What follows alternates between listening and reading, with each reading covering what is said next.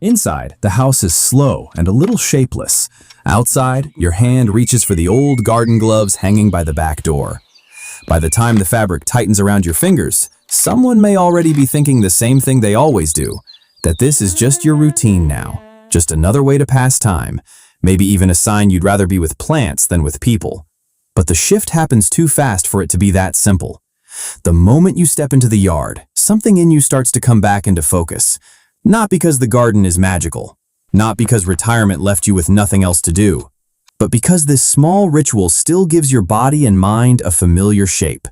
And when that feeling is this immediate, the garden is probably holding more of your identity than anyone around you realizes. And then something practical begins to explain what the feeling alone cannot.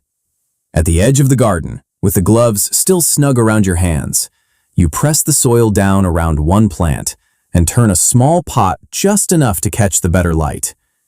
The action is simple, but the response is clear. The plant settles. The space looks right again. Something you touched now answers back in a way you can actually see. That matters more than people think. In slower stages of life, one of the hardest things to live with is not always sadness or boredom. Sometimes it is vagueness. A day with fewer demands. A role that no longer calls on you the way it used to. A quiet sense that you are still capable, but not always sure where that capability now belongs. The garden gives it somewhere to land. Out here, your hands are not searching for something to do. They already know. And that is part of why the relief feels so immediate. The work is small, but it restores something larger. Competence in visible form, purpose in physical form, and a version of yourself that still makes sense from the inside out. The back door opens and the garden is already there, waiting in the same quiet way it was yesterday. The path is familiar. The beds are familiar. Even the small decisions are familiar. What needs water? What has shifted? What is starting to lean? What can be helped before it gets too far off? None of that is dramatic. But the familiarity matters.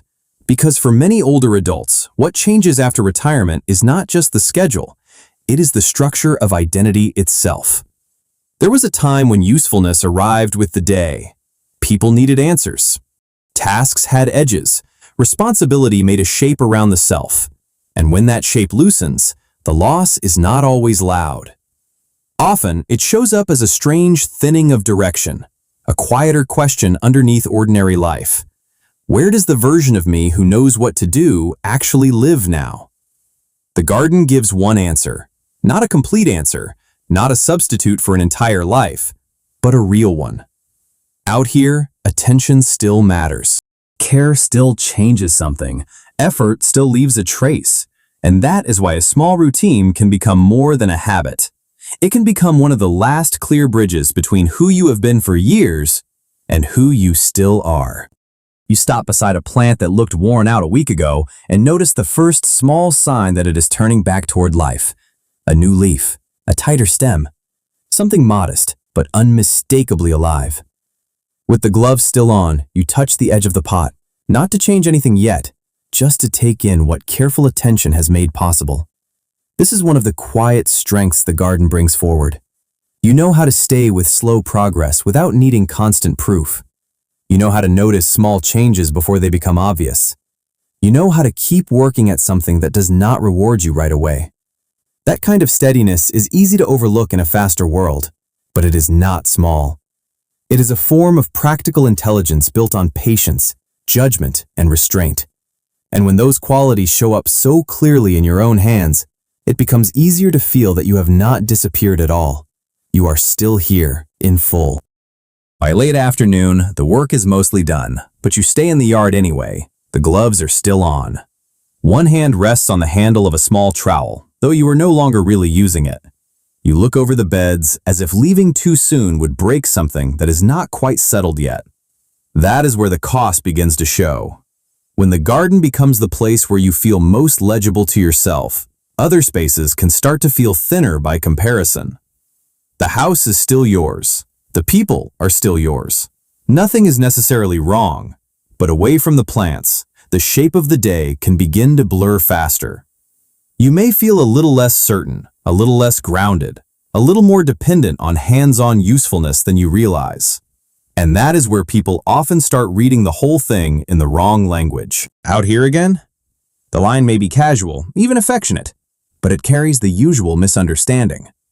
From the outside, this can look like a hobby that has taken up too much space, a repetitive little routine, a sign that you are more interested in the garden than in whatever is still happening inside the house. To some people, it may even look like a softer form of withdrawal. But that is not what, and this is where the deeper truth begins to show itself. You pull the gloves tighter at the wrist and bend to do one more small thing that your hands know without much thought. The motion is familiar enough that it almost feels older than the garden itself. And that is the clue. What you are attached to is not only the plants, it is the self that appears when you are here with them. The garden does not just give you something to do, it gives you a version of your own identity that still feels readable. For many older adults, that matters more than they say out loud. When life slows down, dignity can start to feel less visible. Usefulness becomes less obvious. The old roles fade, even when the person has not. But in the garden, those parts of the self still show up clearly. Care matters, judgment matters, steadiness matters. And that is why being here can feel like more than peace. It can feel like continuity. If the only place you feel fully like yourself is when you are working in the garden, it may be worth noticing more carefully. And that does not mean your life has narrowed into a small hobby. It may simply mean the garden is holding something important for you, a sense of continuity with yourself when older roles no longer feel as clear. And that is why gardening can become more than a pastime. It can become one of the places where dignity and purpose still take visible form. You take the gloves off more slowly than you need to, one finger at a time. Then you look back over the rows before heading inside, as if you were checking something that has nothing to do with the plants alone. That is the part many people feel, but do not always know how to say. From the outside, they see someone who really loves gardening, someone with a strong hobby, someone who feels most comfortable around plants, soil, and quiet routines. But what is actually happening is more intimate than that. You are not just enjoying the garden. You are touching a part of yourself that can go dim in slower seasons of life and come sharply back into view out here. This is why the feeling runs deeper than preference. You are not only caring for the garden, you are returning to a version of yourself that still feels whole, capable, and easy to recognize from the inside. In the garden, I feel like myself again. The old gloves are back on the hook by the door now, hanging where they always do. From the outside, they still look like what they have always looked like, just a pair of worn garden gloves, ready for the next small task. But the meaning has changed. They are not only part of a routine, they mark the entrance to a place where your hands still know what to do, where your judgment still has weight, and where the self can still take visible form. You do not step into the garden only to keep plants alive. You step into it to stay connected to a version of yourself that is still capable, still useful, still fully there.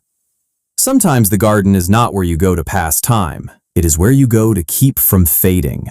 There is a quiet fear underneath this that many people never say out loud. Not just the fear of slowing down, but the fear of becoming harder to recognize to yourself when the old roles loosen and the day no longer asks the same things of you. And when that happens, places that restore continuity begin to matter more than they seem. A pair of gloves, a path through the yard, a few small tasks that still let the self appear in clear physical form. That is not a small attachment. It is one of the ways dignity stays visible when life grows less defined.